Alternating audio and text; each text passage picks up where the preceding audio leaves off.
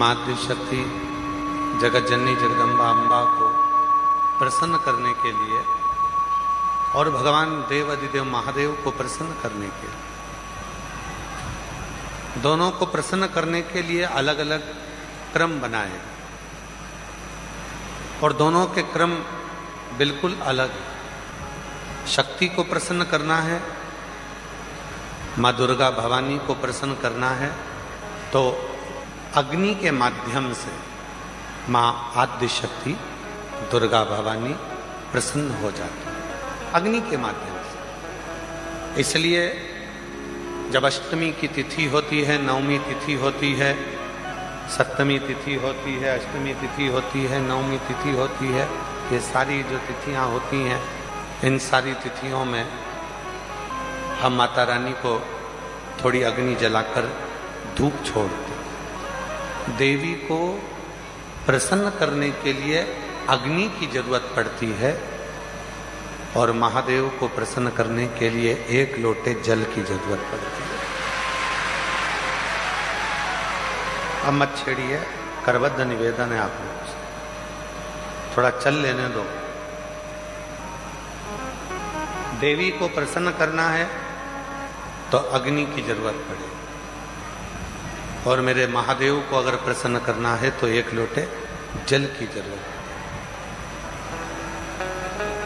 अब कई लोग कहते हैं गुरुजी शिव और शक्ति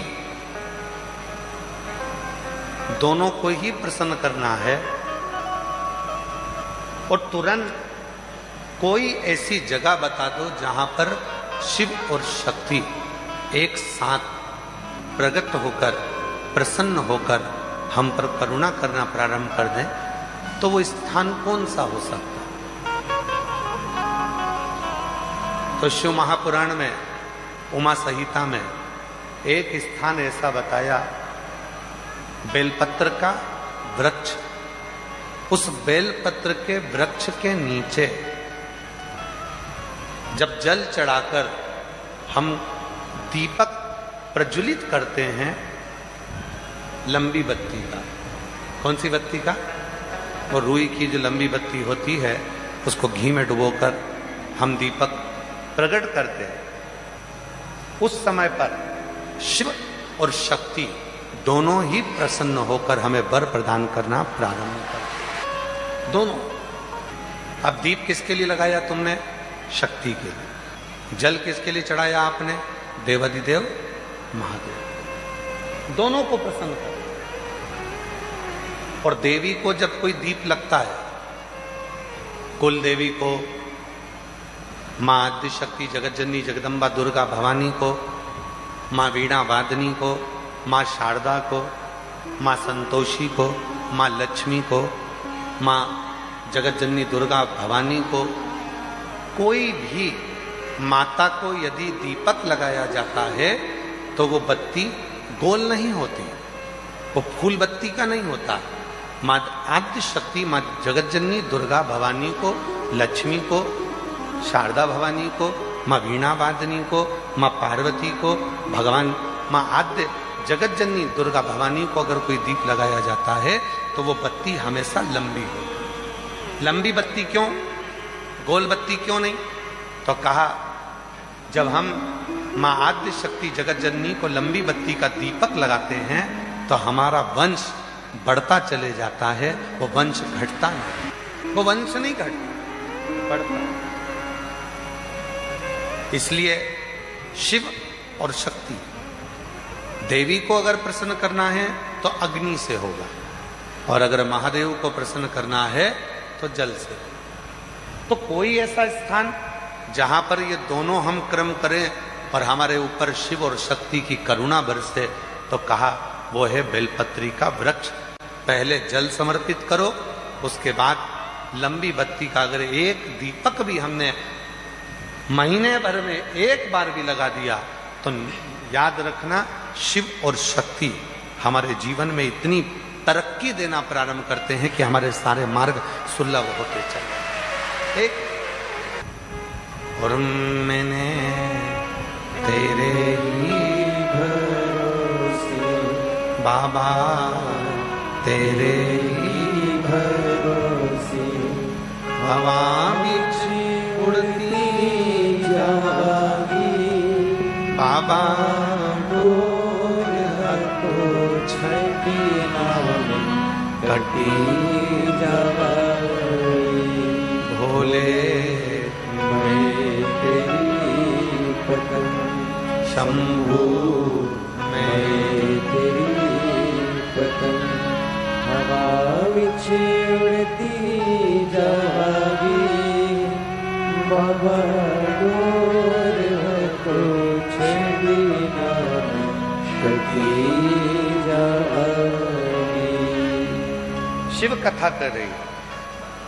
अनलासुर एक ऐसा असुर था जिसने शिव और शक्ति दोनों से ही वर प्राप्त करे। दोनों से वर मिल रहे, शिव से भी वर प्राप्त हो रहे हैं और शक्ति से भी वर प्राप्त हो रहे हैं। जब दोनों से ही वर प्राप्त हो गए, फिर अनलासुर ने विचार कर लिया कि अब तो मैं प्रबल हो गया, और उस प्रबलता में वो गलत कार्य करने लगा, श्रेष्ठ कार्य से वंचित हो गया। और शिव कथा क्या कहती है? पद मिले, प्रतिष्ठा मिले, धन मिले, वैभव मिले, सत्ता मिले, कुर्सी मिले, तो प्रयास करना उसका सदुपयोग करना, दुरुपयोग नहीं। सदुपयोग कर, मां का स्मरण शिव के सामने करे और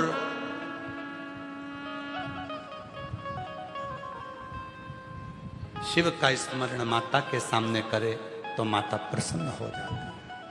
प्रसन्न। कल कथा में कहा था, स्मरण में होगा आप लोगों के, देवी को प्रसन्न करने के लिए अग्नि की जरूरत पड़ती है और शिव को प्रसन्न करने के लिए जल की जरूरत पड़ती है। कल की कथा में कहा था। जितने देवी के उपासक हैं या अष्टमी नवमी पूजने वाले हैं, वो कंडा जलाकर, गोबरी जलाकर, गाय का गोबर सूख जाता है उसको जलाकर उसमें धूप छोड़ते हैं। मालपुआ या पूड़ी या खोट या सब्जी जो भी बनता है उसको छोड़ते हैं। अष्टमी नवमी पर पूजन करते हैं, धूप देते हैं, अग्नि में छोड़ते हैं। क्यों छोड़ते हैं? क्योंकि देवी अग्नि से प्रसन्न होती है और शिव जल से प्रसन्न होता है। जल से, देवी अग्नि से और शिव जल से प्रसन्नता। उसकी प्रसन्नता हमें सुख देती,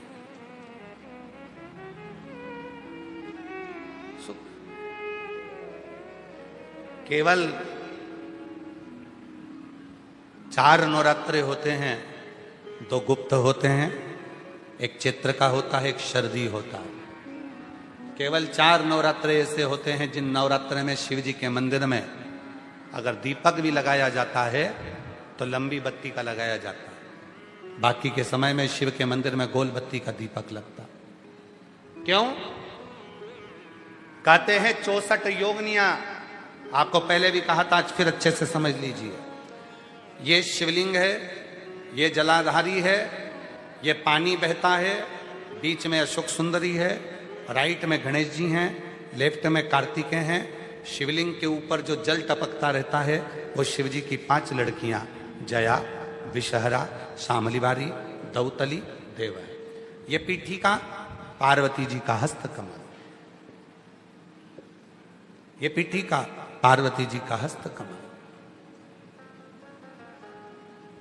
इस पीठिका के नीचे जितना मोटा भाग रहता है, शिवलिंग जहां रखा है उस पीठिका का जितना मोटा भाग, जहां से पानी नीचे गिरता है, जितना मोटा भाग होता है, इतने पूरे मोटे भाग में मां आद्य शक्ति के 64 योगनियां यहां पर विराजमान होती हैं। जब हम जल समर्पित कर कर लंबी बत्ती का दीपक नवरात्रे में लगाते हैं तो ये 64 योगनियों की जो शक्ति है, 64 योगनियों का जो फल है, देवी की आराधना और साधना का जो फल है, भले हमने व्रत करा नहीं करा, भले हमने पूजन करी नहीं करी, भले हम नवरात्रे में कोई व्रत साधना तप नहीं कर पाए, कोई बात नहीं, पर जिसने शिव को जल चढ़ाया, ये जल बहकर यहां से निकलेगा। वहीं पर सम्मुख में शिव के लंबी बत्ती का घी का यदि दीपक लगाया, और कितना दीपक, दीपक कैसा? तो कहा जब हम शिव को नवरात्रे में केवल दिया लगाने के लिए जाते हैं, लंबी बत्ती होती है, तो उस दिए के अंदर घी को ज्यादा नहीं भरा जाता, केवल बत्ती को डुबोया जाता है और उस दिए में रखा जाता है, जलाया जाता है। शिव और वो 64 योगिनियां जो यहां विराज रही हैं, यहां शिवलिंग, मां आदिशक्ति दुर्गा भवानी, गणेश जी, कार्तिकेय, अशोक सुंदरी, शिव जी की 5 लड़कियां और ये 64 योगिनियां। और 64 योगिनियों के बाद में ये जल बहकर जाता है जितनी दूर तक, यहां 33 कोटि देवताओं का स्थान होता है। इसलिए हम जब लंबी बत्ती का दीपक लगाते हैं जल चढ़ाकर नवरात्रे में, तो शिव की आद्य शक्तियां हमको सुख प्रदान करना प्रारंभ कर देती हैं और हमारे भंडार में कोई कमी नहीं है।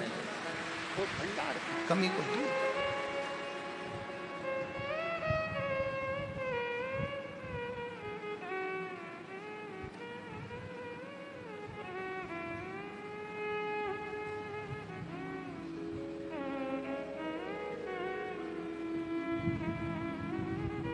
इसलिए कई लोगों ने तो गीत भी बनाया है, भजन भी बनाया है। वो कहते हैं ना, मैं तो लाई हूं दाने अनार के, मेरी मैया के 9 दिन बाहर के।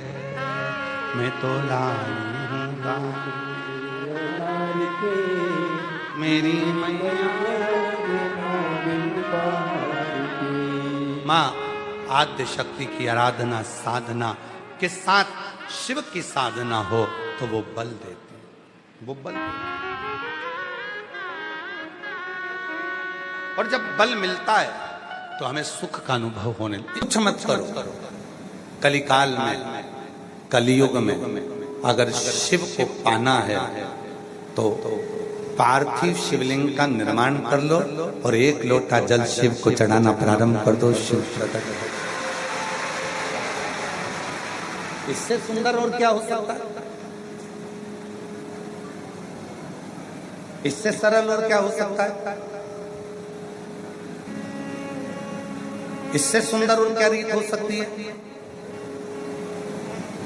दुनिया की सबसे सरल पूजन अगर किसी 33 कोटि देवता में से किसी की होती है तो केवल देवाधिदेव महादेव की होती है। सबसे सरल।